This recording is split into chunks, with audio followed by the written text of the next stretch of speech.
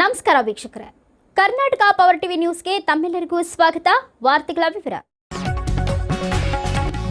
ಬಿಳಿಗಿರಿ ರಂಗನ ಬೆಟ್ಟದಲ್ಲಿ ಕುಡಿಯುವ ನೀರಿಗಾಗಿ ಪ್ರತಿಭಟನೆ.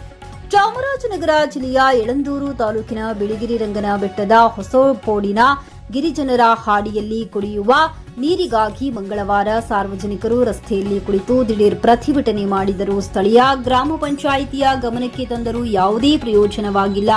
10 ದಿನಗಳು ಕಳೆದರೂ ಪಂಚಾಯಿತಿ ಅಭಿವೃದ್ಧಿ ಅಧಿಕಾರಿ ಬಾಯಿಗೆ ಬಂದಂತೆ ಮಾತನಾಡುತ್ತಾರೆ. ನಮಗೆ ದಯಮಾಡಿ ದೊಡ್ಡ ಜಾತ್ರೆ ಇರುವುದರಿಂದ ತಕ್ಷಣ ನೀರು ಪೂರೈಸಿ ಎಂದು ಗ್ರಾಮಸ್ಥರು ಘೋಷಣೆ ಕೂಗಿ ಆಕ್ರೋಶ ವ್ಯಕ್ತಪಡಿಸಿದರು.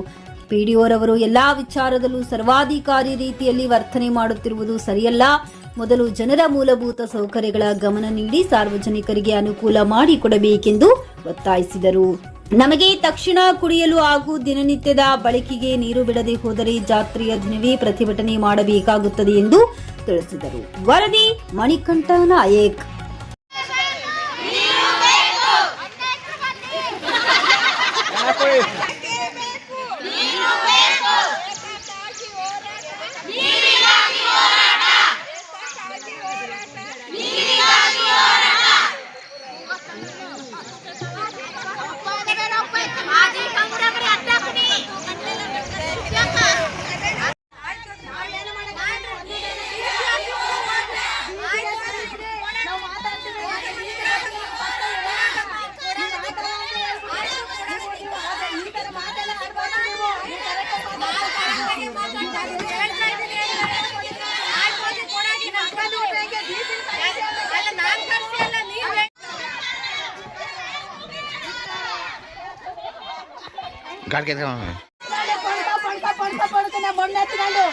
ನೀವು ಈ ತರ ನಾವು ಬಿಡೋದೇ ಇಲ್ಲ.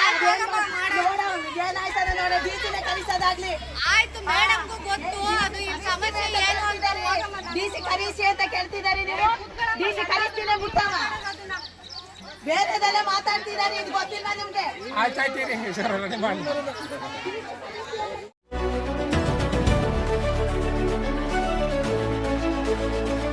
ನೈಜ ಸುದ್ದಿಗಾಗಿ ನಿರಂತರವಾಗಿ ನೋಡ್ತಾ ಇರಿ ಕರ್ನಾಟಕ ಪವರ್ ಟಿವಿ ನ್ಯೂಸ್. ನೀವು ಇನ್ನ ನಮ್ಮ ಚಾನೆಲ್ ಸಬ್ಸ್ಕ್ರೈಬ್ ಮಾಡಿಲ್ಲ ಅಂದ್ರೆ ಕೂಡಲೇ ಸಬ್ಸ್ಕ್ರೈಬ್ ಮಾಡಿ, ಲೈಕ್ ಮಾಡಿ, ಕಮೆಂಟ್ ಮಾಡಿ ಮತ್ತು ಶೇರ್ ಮಾಡಿ.